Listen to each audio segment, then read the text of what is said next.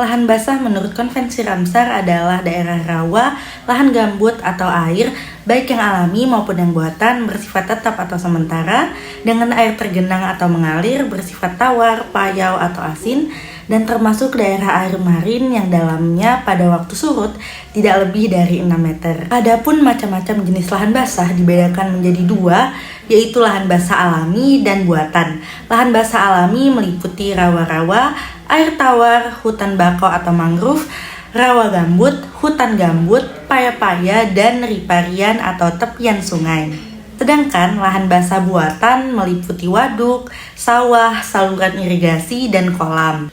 Pada saat ini, luas lahan basah dunia diperkirakan mencapai kurang lebih 1.200 juta hektar atau lebih dari 6% dari luas total permukaan bumi. Indonesia merupakan salah satu negara kepulauan yang memiliki ekosistem lahan basah terluas di Asia setelah Cina, dengan luas lahan basah sekitar kurang lebih 40,5 juta hektar atau sekitar 20% dari luas kawasan Indonesia. Baiklah, selanjutnya adalah tentang video yang kami pilih dan apa yang berisi di video tersebut, yaitu dengan judul Warga Khawatir Sungai Deli Meluap, Pemukiman Lebih Rendah Dibandingkan Permukaan Air. Yang dimana video tersebut berisikan tentang warga-warga yang tinggal di sekitaran Sungai Deli, yang mereka khawatir jika Sungai Deli itu meluap, mereka akan tergusur ataupun juga tenggelam dikarenakan pemukiman yang lebih rendah. Di video tersebut juga dijelaskan bahwa pemerintah sudah mengambil langkah seperti melakukan penggusuran pada rumah-rumah warga di sekitaran Sungai Deli. Namun mereka menolak karena mereka menganggap bahwa Sungai Deli merupakan tempat tinggal mereka sejak dulu, sejak sekitar 35 hingga 50 tahun menurut beberapa warga yang diwawancarai. Di dalam video tersebut juga memperlihatkan kegiatan sehari-hari warga yang dapat memicu terjadinya pencemaran di Sungai Deli tersebut, seperti mencuci pakaian di Sungai Deli dan membuang limbahnya langsung ke sungai tersebut. Dan hal itu dapat menyebabkan pencemaran untuk air di Sungai Deli tersendiri yang kemungkinan nantinya akan berdampak pada mereka sendiri seperti penyakit kulit dan penyakit-penyakit lainnya. Pencemaran di daerah riparian sungai akibat adanya pemukiman merupakan masalah lingkungan yang serius. Pemukiman yang berada di sekitar daerah riparian dapat menyebabkan berbagai bentuk pencemaran seperti 1. Pencemaran air. Limbah domestik, pemukiman sering menghasilkan limbah rumah tangga seperti air limbah dari dapur, kamar mandi, dan cucian yang mengandung bahan kimia, sabun, dan deterjen. Jika limbah ini langsung dibuang ke sungai tanpa adanya pengolahan, dapat menyebabkan eutrofikasi dan penurunan kualitas air. Lalu ada sampah padat. Banyak pemukiman yang membuang sampah rumah tangga ke sungai menyebabkan penumpukan plastik, logam, dan bahan organik yang mencemari air dan dasar sungai. Lalu ada limbah tinja. Di daerah dengan sanitasi buruk, pembuangan tinja langsung ke sungai dapat mencemari air dengan patogen seperti bakteri dan virus, meningkatkan risiko penyakit bawaan air. Yang ketiga ada pencemaran tanah, yaitu penurunan kualitas tanah. Limbah cair dan padat yang menumpuk di daerah riparian dapat meresap ke dalam tanah, mencemarinya dengan logam berat, mikroplastik, dan bahan kimia lainnya. Lalu ada erosi. Pemukiman di daerah riparian sering menyebabkan pembukaan lahan yang meningkatkan risiko erosi tanah dan sedimentasi ke sungai. Lalu yang ketiga ada pencemaran udara.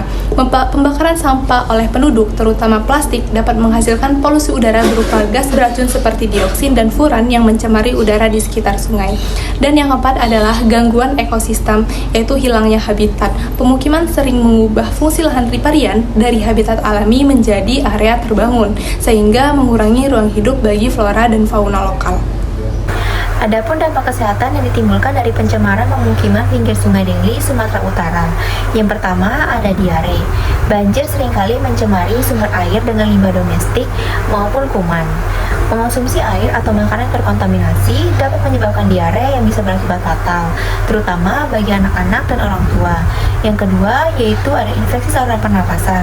Kondisi lembab setelah banjir dapat meningkatkan risiko infeksi saluran pernapasan seperti flu dan pneumonia, terutama antara populasi rentan. Yang ketiga yaitu ada penyakit kulit. Kondisi dengan air banjir yang tercemar dapat menyebabkan infeksi kulit seperti dermatitis dan leptospirosis. Bakteri dari air yang terkontaminasi bisa masuk melalui luka ataupun kulit yang tergores. Yang keempat ada malaria. Banjir dapat menciptakan genangan air yang menjadi tempat berkembang biaknya nyamuk Anopheles, yaitu penyebar malaria. Peningkatan populasi nyamuk ini dapat meningkatkan risiko penularan malaria. Yang kelima ada hepatitis A, yaitu penyakit ini dapat menyebar melalui air dan makanan yang terkontaminasi. Banjir dapat memicu wabah hepatitis A jika sanitasi tidak memadai.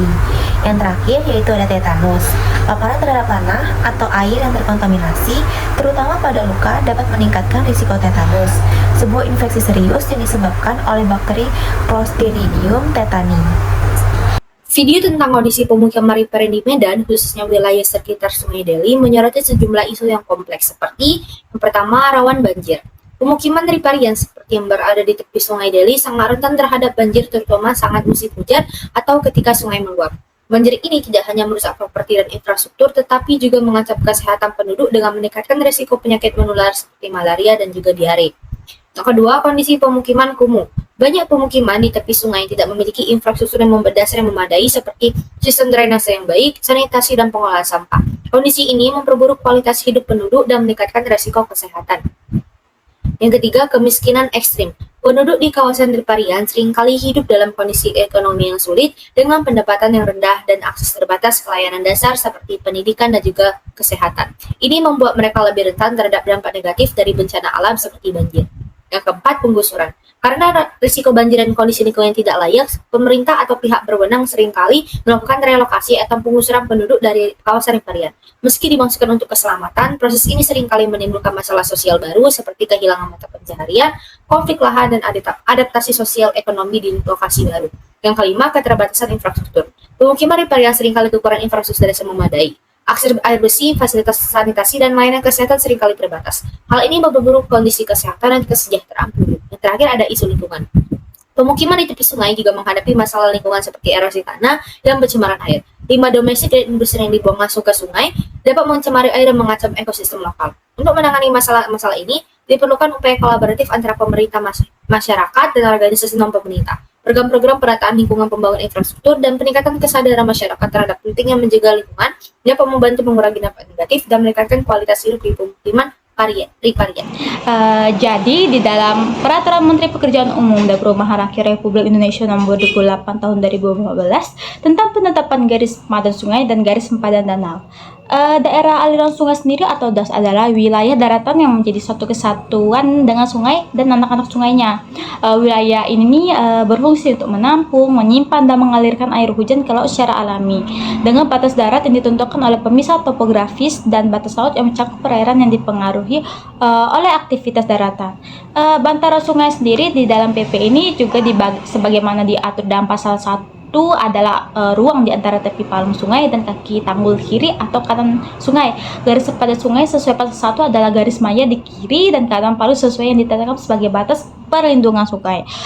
Menurut pasal 4 ayat 2 dalam kawasan perkotaan, garis sepadan sungai untuk sungai yang tidak bertanggul ditentukan berdasarkan kedalaman sungai, yaitu sebagai berikut. Yang pertama itu ada kedalaman lebih kurang dengan 3 meter, garis sepadan paling sedikit itu 10 meter dari tepi kiri dan kanan palung sungai. Yang kedua, kedalaman lebih dari 3 meter hingga 30 meter, garis sepadan paling sedikit 15 meter dari tepi kiri dan kanan palung sungai. Yang ketiga, ada kedalaman lebih dari 20 meter, garis sepadan paling sedikit itu 30 meter dari tepi kiri dan kanan palung sungai. Sesuai pasal 14 ayat 1 juga terdapat bangunan di kawasan sepadan sungai. Bangunan tersebut dinyatakan dalam status quo yang harus ditertibkan secara bertahap untuk memulihkan fungsi sepadan sungai. Namun pengecualian untuk berlaku untuk bangunan tertentu yang mendukung kepentingan umum sebagaimana disebutkan dalam pasal 14 ayat 2, yaitu prasarana sumber daya air, fasilitas jembatan, dermaga, jalur pipa, gas dan air minum, rentangan kabel listrik dan telekomunikasi serta bangunan ketenaga listrikan. Lebih lanjut dalam pasal 22 ayat 1 ini juga menyatakan bahwa sempadan sungai hanya dapat dimanfaatkan secara terbatas. Yang pertama itu hanya untuk prasarana sumber daya air, yang kedua itu ada fasilitas jembatan dermaga, ketiga jalur pipa gas dan air minum, 4 rentangan kabel listrik yang telekomunikasi, yang kelima itu ada kegiatan tidak mengganggu fungsi sungai seperti penanaman sayur mayur, yang keenam juga yang terakhir itu ada bangunan ketenaga listrikan. Berdasarkan peraturan ini, pembangunan pemukiman di kawasan pinggir sungai sebenarnya tidak diperbolehkan. Kawasan sepadan sungai hanya dapat dimanfaatkan untuk infrastruktur strategis yang mendukung fungsi air, listrik, komunikasi, atau kegiatan yang tidak merusak fungsi sungai. Upaya penertiban dan pemulihan fungsi sepadan sungai bertujuan untuk menjaga ekosistem, mencegah banjir, dan melindungi sumber daya air demi keberlanjutan lingkungan. Permasalahan banjir, ancaman penggusuran, dan juga kesulitan ekonomi sering dialami oleh masyarakat yang tinggal di wilayah pinggir sungai seperti di kawasan Sungai Deli. Masalah ini membutuhkan perhatian dari berbagai pihak termasuk pemerintah, masyarakat, dan organisasi pendukung. Untuk itu diperlukan langkah-langkah strategis dan kolaboratif agar tercapai solusi yang adil dan berkelanjutan. Solusi yang pertama yaitu diskusi terbuka dengan perwakilan masyarakat dan pemerintah. Diskusi ini bertujuan untuk mengidentifikasi kebutuhan dan keinginan warga. Apakah mereka lebih memilih relokasi dengan fasilitas memadai atau mempertahankan tempat tinggal dengan perbaikan infrastruktur.